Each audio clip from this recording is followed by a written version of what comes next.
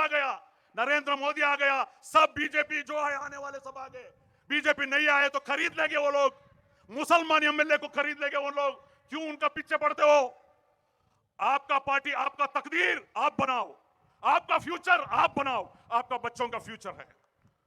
भाइयों, बुजुर्गों, दोस्तों, बहुत अफसोस के साथ कहना पड़ता है, बार बार बोलते हैं एसडीपी वाले बहुत अच्छे काम करते हैं, दुआ करेंगे, बहुत दुआ करेंगे आप लोग, मगर वोट डालने का टाइम क्या करेंगे आप? वोट डालने का टाइम क्या करेंगे?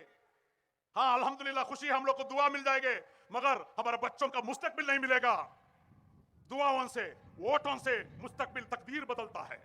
को संभालो, आगे बढ़ाओ, ताकतवर बनो, क्योंकि आपके लिए पार्टी बनाए, आपके लिए हम जेलों को जाने के तैयार है। हमारे लोग जेलों में है, आपके लिए जेलों को चोरी कर नहीं है, आपके बारे में हक आवाज बुलंद करने के लिए जेलों में है, आपके लिए मरने के लिए तैयार है हम लोग। यह है social democratic party of India. ರಾಜಕೀಯ ನ್ಯಾಯವನ್ನು ಕೊಡಬೇಕು ಅಂತ ಸಂವಿಧಾನ ಹೇಳ್ತಾರೆ. ಸಿಕ್ಕಿದೆಯಾ ಸ್ವಾಮಿ ರಾಜಕೀಯ ನ್ಯಾಯ? 75 ವರ್ಷ ಆಯ್ತು ಸ್ವಾತಂತ್ರ್ಯ ಸಿಕ್ಕಿ. ಕರ್ನಾಟಕದಲ್ಲಿ 1.25 ಕೋಟಿ ದಲಿತರಿದ್ದಾರೆ, 1 ಕೋಟಿ ಮುಸಲ್ಮಾನರಿದ್ದಾರೆ. ಕಳೆದ 75 ವರ್ಷದಿಂದ ಎಲ್ಲಾ ಪಕ್ಷಗಳು ಆಳ್ವಿಕೆ ಮಾಡಿ ಇಲ್ಲಿಯವರೆಗೆ ಕರ್ನಾಟಕದಲ್ಲಿ ಒಬ್ಬ ದಲಿತ ಮುಖ್ಯಮಂತ್ರಿ ಆಗಲಿಲ್ಲ, ಒಬ್ಬ ಮುಸ್ಲಿಂ ಮುಖ್ಯಮಂತ್ರಿ ಆಗಲಿಲ್ಲ. ಇದೇನಾ ನಿಮ್ಮ ರಾಜಕೀಯ ನ್ಯಾಯ? ನಾಚಿಕೆ ಆಗೋದಿಲ್ವಾ ನಿಮಗೆ ರಾಜಕೀಯ ನ್ಯಾಯ ಮಾತನಾಡಲಿಕ್ಕೆ? ಯಾವ ನೈತಿಕತೆ ಇದೆ ನಿಮಗೆ ರಾಜಕೀಯ ನ್ಯಾಯದ ಬಗ್ಗೆ ಮಾತನಾಡಲಿಕ್ಕೆ? ಇಲ್ಲಿಯವರೆಗೆ ಕರ್ನಾಟಕದಲ್ಲಿ 1.25 ಕೋಟಿ ಇರುವ ದಲಿತರಿಗೆ ಮುಖ್ಯಮಂತ್ರಿ ಭಾಗ್ಯ ಸಿಗಲಿಲ್ಲ, 1 ಕೋಟಿ ಇರುವ ಮುಸಲ್ಮಾನರಿಗೆ ಮುಖ್ಯಮಂತ್ರಿ ಭಾಗ್ಯ ಸಿಗಲಿಲ್ಲ. ಇದೇನಾ ರಾಜಕೀಯ ನ್ಯಾಯ? ಕಳೆದ 3 ಟರ್ಮ್ನಿಂದ ಕರ್ನಾಟಕದಿಂದ ಒಬ್ಬ ಮುಸ್ಲಿಂ ಎಂಪಿ ಇಲ್ಲ. 15% ಪಾಪ್ಯುಲೇಷನ್ ಇರುವಂತ ಕರ್ನಾಟಕದಲ್ಲಿ ಕೇವಲ 7 ಮುಸ್ಲಿಂ ಎಂಎಲ್ಎಗಳು, ಅದು ನಾಮಕಾವಸ್ಥೆ. ಇದೇನಾ ಪೊಲಿಟಿಕಲ್ ಫ್ರೀಡಮ್? ಇನ್ನು ಏನ್ ಹೇಳ್ತಾರೆ? ವಿಚಾರ, ಅಭಿವ್ಯಕ್ತಿ, ನಂಬಿಕೆ, ಭಕ್ತಿ ಮತ್ತು ಆರಾಧನೆಗಳಲ್ಲಿ ಸ್ವಾತಂತ್ರ್ಯ ಇದೆ ಅಂತ ಹೇಳ್ತದೆ ಸಂವಿಧಾನದಲ್ಲಿ. ನಿಮ್ಮ ವಿಚಾರದಲ್ಲಿ, ಅಭಿವ್ಯಕ್ತಿಯಲ್ಲಿ, ನಂಬಿಕೆಯಲ್ಲಿ, ಭಕ್ತಿಯಲ್ಲಿ, ಆರಾಧನೆಗಳಲ್ಲಿ ಸ್ವಾತಂತ್ರ್ಯ ಇದೆ ಅಂತ ಹೇಳ್ತಾರೆ. ಇದೆಯಾ ಸ್ವಾತಂತ್ರ್ಯ? ಇದೆಯಾ ಸ್ವಾತಂತ್ರ್ಯ ನಿಜವಾಗ್ಲೂ ನಮ್ಗೆ ಅಭಿವ್ಯಕ್ತಿಯಲ್ಲಿ? ಎಷ್ಟರ ಮಟ್ಟಿಗೆ ಅಸಹನೆ ಇದೆ, ಎಷ್ಟರ ಮಟ್ಟಿಗೆ ಕೋಮು ವಿದ್ವೇಷ ಇದೆ ಅಂತ ಹೇಳಿದ್ರೆ, ಉಡುಪಿ ಜಿಲ್ಲೆಯ 6 ಪುಟ್ಟ ಶಾಲಾ ಕಾಲೇಜಿನ ಹೆಣ್ಣು ಮಕ್ಕಳು ತಲೆಗೆ ಶಿರವಸ್ತ್ರ ಧರಿಸ್ತೀವಿ ಅಂತ ಹೇಳಿದ್ರೆ ಅದನ್ನ ಸಹಿಸಲಾಗದಂತಹ ಬಿಜೆಪಿ ಸರ್ಕಾರ ನಿರ್ಬಂಧ ಹೇರ್ತದೆ ಅಂತಂದ್ರೆ ಅಭಿವ್ಯಕ್ತಿ ಸ್ವಾತಂತ್ರ್ಯ ಇದೆಯಾ ಇಲ್ಲಿ? ವ್ಯಕ್ತಿ ಸ್ವಾತಂತ್ರ್ಯ ಇದೆಯಾ ಇಲ್ಲಿ? ಕ್ಯಾ ಪೂಛೆ ಸಾಬ್? 6 बच्चियां स्कार्फ पहनने के लिए, हिजाब पहनने के लिए परमिशन पूछे तो पूरे हुकूमत उनका सामने, पूरा हुकूमत सामने उनको इनकार कर दिया. यही है फ्रीडम, यही है आजादी. ಇನ್ನು ಹಿಜಾಬ್ ಅನ್ನುವಂಥದ್ದು ಈಗಾಗಲೇ ಫೈಜಿ ಸಾಹೇಬ್ರ ತಲೆತಲಾಂತರದಿಂದ ಬಂದದ್ದು, ಅದು ನೆನ್ನೆ ಮೊನ್ನೆ ಬಂದಿದ್ದಲ್ಲ. ಅದೊಂದು ವೈಯಕ್ತಿಕ ಹಕ್ಕು. ವಸ್ತ್ರಧಾರಣೆ ಅನ್ನುವಂಥದ್ದು ವೈಯಕ್ತಿಕ ಹಕ್ಕು. ಈ ದೇಶದಲ್ಲಿ ಚಡ್ಡಿ ಹಾಕಿ ಹೋಗೋರಿಗೆ ಸ್ವಾತಂತ್ರ್ಯ ಇದೆ, ಮಿಡ್ಡಿ ಹಾಕಿ ಹೋಗೋರಿಗೆ ಸ್ವಾತಂತ್ರ್ಯ ಇದೆ, ಅರ್ಧ ಬಟ್ಟೆ ಹಾಕಿ ಹೋಗೋರಿಗೆ ಸ್ವಾತಂತ್ರ್ಯ ಇದೆ, ನಗ್ನವಾಗಿ ಹೋಗೋರಿಗೂ ಸ್ವಾತಂತ್ರ್ಯ ಇದೆ. ಆದ್ರೆ ಆ ಪುಟ್ಟ ಶಾಲಾ ಹೆಣ್ಣು ಮಕ್ಕಳು ತಲೆಗೆ ತಲವಸ್ತ್ರ ಧರಿಸ್ತೀವಿ ಅಂತ ಹೇಳಿದ್ರೆ ಸ್ವಾತಂತ್ರ್ಯ ಇಲ್ಲ ಅಂತೀರಾ ನೀವು? ಇದೇನಾ ಒಂದು ರಾಜ್ಯ ಸರ್ಕಾರ ನಡೆದುಕೊಳ್ಬೇಕಾದಂತ ರೀತಿ? ಎಷ್ಟೊಂದು ಅಸಹನೆ, ಎಷ್ಟೊಂದು ಕೋಮು ವಿದ್ವೇಷ, ಎಷ್ಟೊಂದು ಮುಸ್ಲಿಂ ದ್ವೇಷ ಈ ಸರ್ಕಾರಕ್ಕೆ ಅಂತಂದ್ರೆ, ಈ ವರ್ಷದ ಆರಂಭದಲ್ಲಿ, ಕಾಲೇಜುಗಳ ಆರಂಭದಲ್ಲಿ ಕಳೆದ ವರ್ಷ ಏನು ಗೈಡ್ಲೈನ್ಸ್ ಇತ್ತು, ಕಾಲೇಜಿನ ಗೈಡ್ಲೈನ್ಸ್, ಆ ಗೈಡ್ಲೈನ್ಸ್ ನಲ್ಲಿ ಹಿಜಾಬ್ ಅಂದ್ರೆ ಯೂನಿಫಾರ್ಮ್ ನ ಬಗ್ಗೆ ಪ್ರಸ್ತಾಪ ಇರಲಿಲ್ಲ. ಯಾವಾಗ ಇದು ಪ್ರಾಬ್ಲಮ್ ಆಯ್ತು, ಹೈಕೋರ್ಟ್ಗೆ ಹೋದಾಗ ಸಡನ್ ಆಗಿ ಒಂದು ಸರ್ಕ್ಯುಲರ್ ಬರ್ತದೆ ಯೂನಿಫಾರ್ಮ್.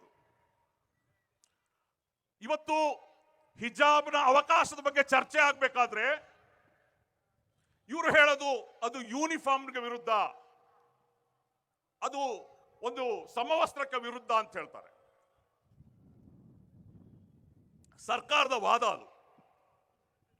ಆದ್ರೆ ಕೋರ್ಟ್ ನಲ್ಲಿ ಇವರು ಅಫಿಡವಿಟ್ ಕೊಟ್ಟಾಗ ಸರ್ಕಾರ ಇವ್ರು ಏನ್ ಹೇಳ್ತದೆ ಅಂತಂದ್ರೆ, ಇಸ್ಲಾಂನಲ್ಲಿ ಹಿಜಾಬ್ ಅನ್ನುವಂಥದ್ದು ಎಸೆನ್ಷಿಯಲ್ ಪಾರ್ಟ್ ಅಲ್ಲ ಅಂತ ಹೇಳಿ ಅಫಿಡವಿಟ್ ಅವನ್ನ ಸರ್ಕಾರ ಕೊಡ್ತದೆ. ಒಂದು ಕಡೆ ನೀವೇನ್ ಹೇಳ್ತೀರಿ ಯೂನಿಫಾರ್ಮ್ ಅಂತ, ಇನ್ನೊಂದು ಕಡೆ ಎಸೆನ್ಷಿಯಲ್ ಪಾರ್ಟ್ ಅಲ್ಲ ಅಂತ ಹೇಳಿ ಅಫಿಡವಿಟ್ ಕೊಡ್ತಾರೆ. ಇದು ಈ ಸರ್ಕಾರ. ಇನ್ನು ಈ ವಿಚಾರದಲ್ಲಿ ಕಾಂಗ್ರೆಸ್ ಪಕ್ಷ ತೆಗೆದುಕೊಂಡ ನಿಲುವೇನು?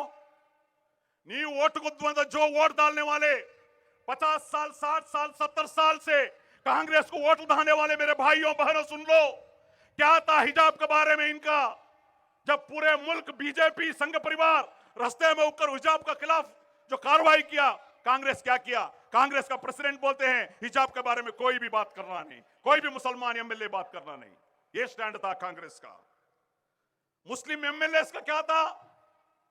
आपको कौम का नुमाइंदा बोलकर वोट डालने वाले मेरे कौम का नौजवानों सुन लो, क्या था हिजाब के बारे में मुस्लिम एमएलए का। जब बच्चियां जाके रो रो कर पूछे हमारे एमएलए के पास, तो एमएलए बोलते हैं ये सब नहीं चलेगा, आप हिजाब डालना है पाकिस्तान जाओ, दुबई जाओ, उधर जाओ। एक मुस्लिम एमएलए बताते हैं हिजाब डालने के लिए आपको पाकिस्तान, अफगानिस्तान और दुबई जाना पड़ेगा। अरे एमएलए खान खोल कर सुन ले, अगर पढ़ा नहीं तो पढ़े। 2019 में ऑस्ट्रिया गवर्नमेंट जो क्रिश्चियन हुकूमत है, ऑस्ट्रिया का गवर्नमेंट 2009 में उसके गवर्नमेंट में एक बिल पास किया, स्कूल के बच्चों का, सही तरीके से सुन लो, प्राइमरी स्कूल का बच्चों को स्कार्फ करने में बैन कर दिया ऑस्ट्रिया के गवर्नमेंट, जो क्रिश्चियन मेजॉरिटी का गवर्नमेंट। उसके बाद वहां के लोग वहां के सुप्रीम कोर्ट को गए। सुप्रीम कोर्ट जो इस हुकूमत का फैसला को खारिज कर दिया। सुप्रीम कोर्ट बोला, सुप्रीम कोर्ट में ऑस्ट्रिया के सुप्रीम कोर्ट ने यह बोला, ऑस्ट्रिया का गवर्नमेंट मुस्लिम बच्चियों को टारगेट कर रहा है, उनका फ्रीडम छीना जा रहा है, उनको हिजाब के लिए, उनको हिजाब पहनने के लिए पास कर दिया ऑस्ट्रिया के सुप्रीम कोर्ट। ऑस्ट्रिया के कोर्ट में उधर का गवर्नमेंट का यह वादा था, अगर हिजाब पहन के क्लासरूम में बच्चियां बैठेंगे, छोटे छोटे बच्चियां, 14 साल के नीचे के बच्चियां बैठेंगे, तो ऑस्ट्रिया का हुकूमत ने सुप्रीम कोर्ट में एफिडेविट दिया, ये बच्चों के ऊपर जो डिफरेंशिएट होगा, तारतम्य होगा, ऐसा एक बताए ಅಂದ್ರೆ ಸಹಪಾಠಿಗಳಿಂದ ತಾರತಮ್ಯ ಆಗ್ತದೆ ಅಂತ ಹೇಳಿ ಸುಪ್ರೀಂ ಕೋರ್ಟ್ಗೆ ಅಫಿಡವಿಟ್ ಕೊಡ್ತದೆ ಆಸ್ಟ್ರಿಯಾ ಗವರ್ನಮೆಂಟ್. ಆಗ ಆಸ್ಟ್ರಿಯಾ ಗವರ್ನಮೆಂಟ್ ಹೇಳ್ತಾರೆ, ಅದು ಯಾರು ತಾರತಮ್ಯ ಮಾಡ್ತಾರೋ ಶಾಲೆಯಲ್ಲಿ ತಾರತಮ್ಯ ಮಾಡಬಾರದು ಅಂತ ಹೇಳಿ ಕಾನೂನನ್ನ ತನ್ನಿ ಅಂತ ಹೇಳಿ ಆಸ್ಟ್ರಿಯಾದ ಸುಪ್ರೀಂ ಕೋರ್ಟ್ ಹೇಳ್ತದೆ. ಅಂತಂದ್ರೆ ಅಲ್ಲಿ ಆ ಮಕ್ಕಳ ಸ್ವಾತಂತ್ರ್ಯವನ್ನ, ವ್ಯಕ್ತಿ ಸ್ವಾತಂತ್ರ್ಯವನ್ನ, ವಸ್ತ್ರದ ಸ್ವಾತಂತ್ರ್ಯವನ್ನ, ಆ ಹೆಣ್ಣು ಮಕ್ಕಳ ರೈಟ್ಸ್ ಅನ್ನ ಎತ್ತಿ ಹಿಡಿದಿದ್ದು ಆಸ್ಟ್ರಿಯಾದ ಸುಪ್ರೀಂ ಕೋರ್ಟ್ ಅನ್ನೋದನ್ನ ಈ ನಮ್ಮ ಮುಸ್ಲಿಂ ಎಂಎಲ್ಎಗಳು ಅರ್ಥ ಮಾಡ್ಕೋಬೇಕು. जो एमएलए पाकिस्तान, अफगानिस्तान और दुबई को जाने के लिए कहते हैं ना, ऑस्ट्रिया और सुप्रीम कोर्ट का जजमेंट पढ़ लो, मालूम हो जाएगा क्या है बोलकर। यह है कांग्रेस का स्टेटस, कांग्रेस का जो स्टैंड, दूसरे पॉलिटिकल पार्टी का स्टैंड।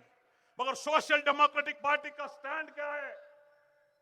यहाँ का उलेमा किराम का हिजाब का बारे में, यहाँ का उलेमा किराम का क्या राय है, क्या है आपका फैसला, क्या राय है, उसके साथ social democratic party of India है।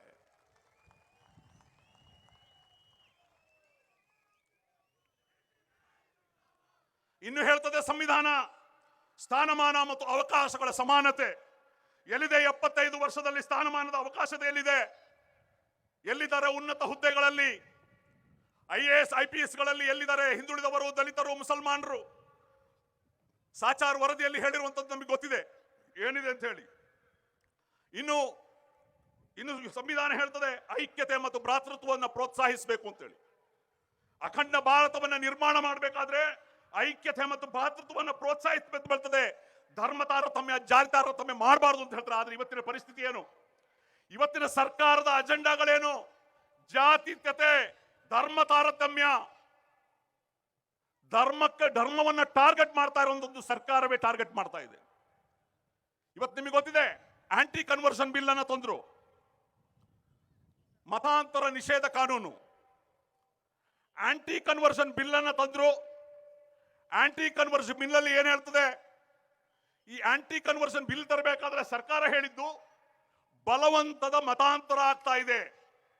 ನಾನು ಪ್ರಶ್ನೆ ಮಾಡ್ತೇನೆ ರಾಜ್ಯ ಸರ್ಕಾರಕ್ಕೆ ಮತ್ತು ವಿರೋಧ ಪಕ್ಷಗಳಿಗೆ, ಬಲವಂತರ ಮತಾಂತರ ಆಗಿದ್ರೆ ಕರ್ನಾಟಕ ರಾಜ್ಯದಲ್ಲಿ ಬಲವಂತ ಮತಾಂತರದ ಎಷ್ಟು ಎಫ್ಐಆರ್ ಆಗಿದೆ ಅಂತ ಹೇಳಿ ವಿಧಾನಸಭೆಯಲ್ಲಿ ಪ್ರಶ್ನೆ ಮಾಡಬೇಕಾಗಿತ್ತು ನಮ್ಮ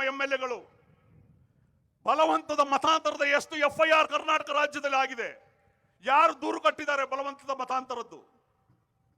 ಆದ್ರೆ ವಿರೋಧ ಪಕ್ಷಗಳು ಕೂಡ ನಿಷ್ಕ್ರಿಯಗೊಂಡಿದೆ. ಇನ್ನು ಬಲವಂತರ ಮತಾಂತರದ ಬಗ್ಗೆ ಆ ಕಾನೂನು ಏನ್ ಹೇಳ್ತದೆ ಅಂತ ಹೇಳಿ, ಬಲವಂತರ ಮತಾಂತರ ಆದ್ರೆ ಆಗುತ್ತೆ ಅಂತ ಹೇಳಿ ಯಾರು ಬೇಕಾದ್ರೂ ಕಂಪ್ಲೇಂಟ್ ಕೊಡಬಹುದು. ಅವರ ಫ್ರೆಂಡ್ ಕೊಡಬಹುದು, ಕೊಲೀಗ್ ಕೊಡಬಹುದು, ಯಾರು ಬೇಕಾದ್ರೂ ಕೊಡಬಹುದು.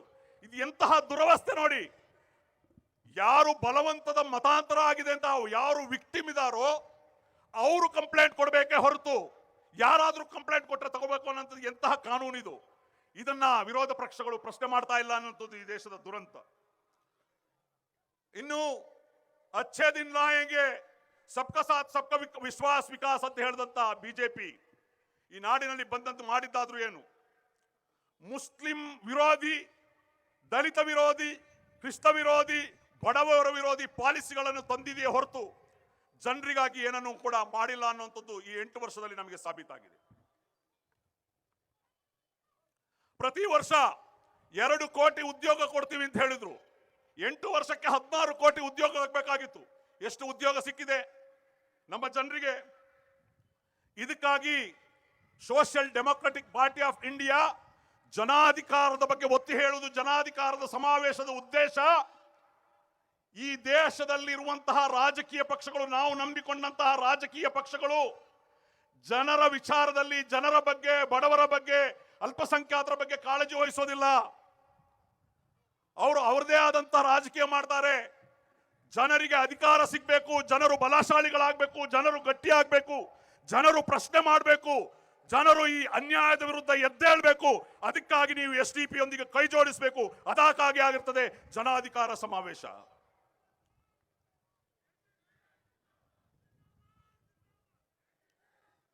कर्नाटकदल्ली, कर्नाटक में जो हुकूमत आज चल लेकर है, जैसा कि आपको मालूम है 2018 में जो हुकूमत आप हम सब मिलके सेक्युलर पार्टीज बोलकर वोट दिए, किसको वोट दिए? किसी को मेजॉरिटी नहीं आया, कांग्रेस और JDS का हुकूमत आया, जॉइंट हुकूमत। उसके बाद क्या हुआ? 1 साल कुमारस्वामी मुख्यमंत्री बने, उसके बाद क्या हुआ?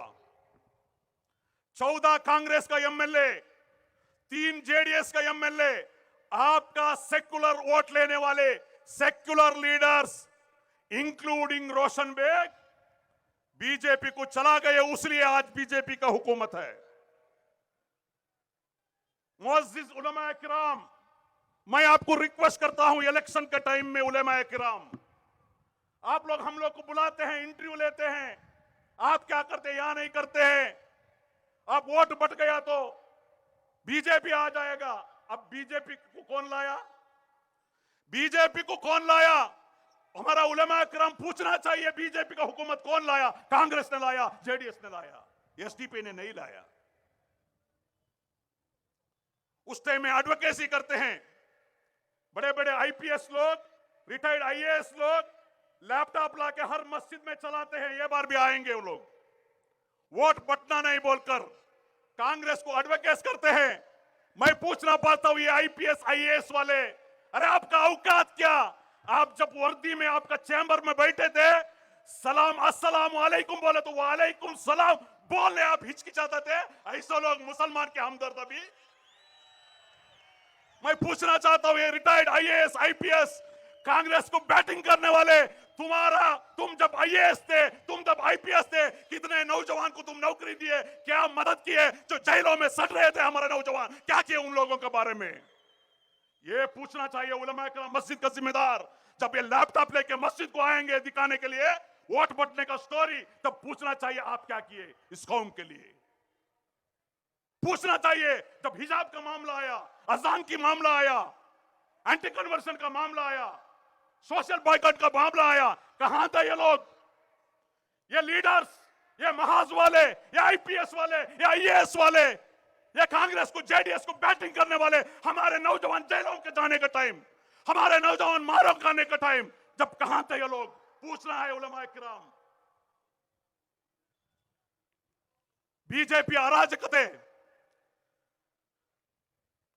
40% ಕಮಿಷನ್, ಇತಿಹಾಸದಲ್ಲಿ, ಇಡೀ ಭಾರತದ ಇತಿಹಾಸದಲ್ಲಿ ಪ್ರಥಮ ಬಾರಿಗೆ ಕಾಂಟ್ರಾಕ್ಟರ್ ಅಸೋಸಿಯೇಷನ್ ಪ್ರಧಾನಮಂತ್ರಿ ನರೇಂದ್ರ ಮೋದಿಗೆ ಪತ್ರ ಬರೀತದೆ. ಕರ್ನಾಟಕ ರಾಜ್ಯದ ಬಿಜೆಪಿ ಎಂಎಲ್ಎಗಳು ಎಂಪಿಗಳು 40% कमीशन तगोलता कितना 40%। जो आपका सड़कें होता है ना, 1 लाख का सड़क को 1 लाख सैंक्शन हुआ तो 40,000 किसे देना? एमएलए को एमपी को देना। उन्होंने प्रॉपर्टियां यहां नहीं बनाते, याद रख लेना तुम्हें। हैदराबाद में, गुजरात में, दुबई में बिजनेस बनाते। जो आपका कौम का नुमाइंदा बोलकर वोट डालने वाले आपका एमएलए आपका नहीं रहेंगे, याद रख लो। उनका प्रॉपर्टी बचाना है, उनका एमएलए सीट बचाना है, उनके बाद उनका बेटे को, बेटियां को, भाइयों को एमएलए बनाना है। यह है उनका एजेंडा, आवाम की एजेंडा नहीं है। मगर social democratic party of India का एजेंडा आप है, आपके लिए हम पार्टी बनाए। कान खोलकर सुन लो नौजवानों और मेरा मां बहनों, ये पार्टी आपके लिए बनाया है। आप 70 पे 5 साल का मुसलमानों का, दलितों का, आदिवासियों का दर्द हम देखे हैं, नाइंसाफी हम देखे हैं। हमारे लाखों नौजवान बेकसूर जेलों में है, रो रहे हैं। वो मां बहनों का जो खून बसा रहे वो हम देख रहे हैं। वो दर्द का नाम है social democratic party of India.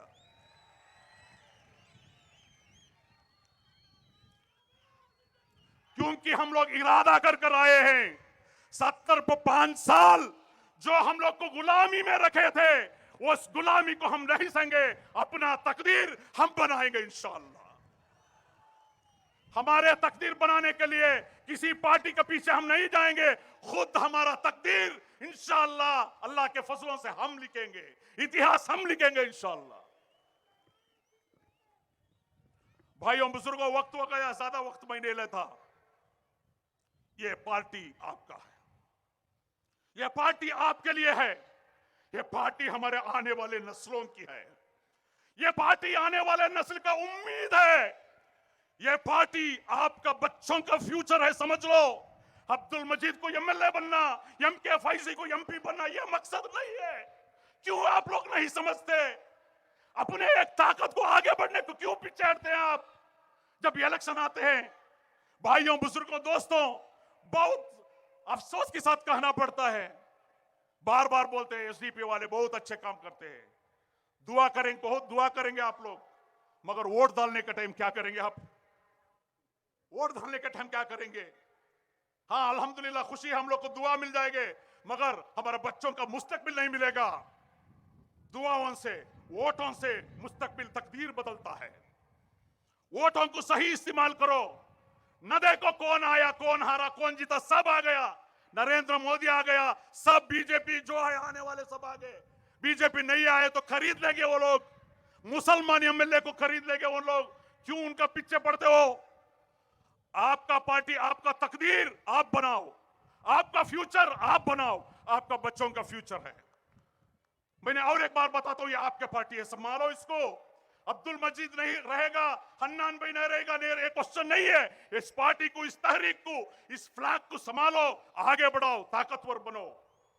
क्योंकि आपके लिए पार्टी बनाए, आपके लिए हम जेलों को जाने के तैयार है। हमारे लोग जेलों में है, आपके लिए जेलों को चोरी कर नहीं है, आपके बारे में हक आवाज बुलंद करने के लिए जेलों में है, आपके लिए मरने के लिए तैयार है हम लोग। यह है social democratic party of India. क्यों हम लोग को नहीं पहचानते आप लोग? भाइयों बुजुर्गों दोस्तों, शायद वक्त हो गया है। मैं एक बात कहना चाहता हूं, बहुत सारे लोगों को बहुत अफसोस है। मैसूर का अभी हाल ही में 10 दिन पहले हमारे फारूकिया गर्ल्स हाई स्कूल बंद हुआ। एक एडेड स्कूल था, गवर्नमेंट में उसको बंद किया। एक एडेड स्कूल 30-40 साल चलने कर था, हुकूमत ने बंद किया। इसमें जो ट्रस्ट वाले थे उनका भी लापरवाही था, क्योंकि 1992 में लीज एग्रीमेंट हुआ था। जब 99 में इनको लीज एग्रीमेंट का वायलेशन करे, जब इनको नोटिस आया था 2 साल टाइम, वो 2 साल में उन्होंने दूसरा बिल्डिंग बनाना था, नहीं बनाए। उसके बाद 1992 to 2002 20 इयर्स, 20 साल हुकूमत में कुछ नहीं किया। ये ट्रस्ट वाले दूसरा एक बिल्डिंग बना के शिफ्ट करना था, वो नहीं किए। परसों लाख लगाए। लाख लगाने के बाद 5 दिन हमारे बच्चियां 150 बच्चियां बारिश में बिगलो कर एहतिजाज करे। आपके कौम के नुमाइंदा बोलने वाला कहां था? एक तो दर्द होना चाहिए ना एक नुमाइंदा को। हमारे बच्चियां, क्या कसूर था वो बच्चियों का? मैनेजमेंट का, हुकूमत का प्रॉब्लम है तो ये बच्चियां का कसूर क्या है? इनको क्या मालूम है? कोर्ट क्या मालूम है इनको? कुछ भी इनको मालूम नहीं है। तो इसलिए वो लोग उनके बारे में उसके बाद हमारे एमएलए साहब प्रेस कॉन्फ्रेंस करते हैं कि हो गया, बंद हो गया स्कूल, अभी आप निजामिया को जमो, दूसरा स्कूल को जमो, दूसरा प्राइवेट स्कूल को जमा। अरे आप कौन होते एमएलए को ये बताने के लिए? 1 महीने पहले बीईओ यही ऑफर दिया था, कोई भी गवर्नमेंट स्कूल को जमाने के लिए मैं तैयार हूं, बीईओ बोला था। वही बात बोलने के लिए आप एमएलए क्यों है? आप बोलते हैं कि मुझे मालूम था, इसका रिकॉग्निशन खत्म हो गया। क्यों आप ऐसे एमएलए बन के हमारा स्कूल का इदारे को बचाना था ना? 1000 डिफरेंसेस रहेंगे आपको और उस ट्रस्ट को। मरहूम अजीज सेठ साहब बनाए थे वो ट्रस्ट को, फरूकिया आर्मी ट्रस्ट को। ये आपका इदारा बचाना था ना आप। ये लीज कैंसिल हुआ है, आपको मालूम था? आप मिनिस्टर थे, एजुकेशन मिनिस्टर। अगर आप एक सिग्नेचर डालते तो अलग रिलीज और अग्रीमेंट कर सकते थे। आप बोलते हो गवर्नमेंट डैमेज है। अरे आप मिनिस्टर थे, एजुकेशन का मिनिस्टर, तब डैमेज नहीं आया, तब नया बिल्डिंग नहीं बन सकते थे आपको। आज बोलते हैं बिल्डिंग वीक है, निजामिया स्कूल को जमो। वो अबे और कौन, आप कौन होते हैं दूसरे स्कूल को जमाने वाले? वो बच्चों का, पेरेंट्स का फ्रीडम है, वो कहीं भी जमाएंगे। तो इंशाल्लाह हम गवर्नमेंट के ये डिमांड करते हैं, इंशाल्लाह कल से आपको एहतिजाज शुरू होगा हमारा। इस स्कूल को बचाने के लिए इंशाल्लाह हम एहतिजाज शुरू करेंगे इंशाल्लाह। और हमारा जो हक का लड़ाई, इंसाफ का लड़ाई जो जारी रहेगा, मैं उम्मीद करता हूं आप लोग सोच और समझ के साथ इस तहरीक को साथ देंगे, अपना बनाएंगे। इतना ही कहते हुए मैं बात को खत्म करता हूं। जय हिंद, जय एसडीपीआई, जय भीम।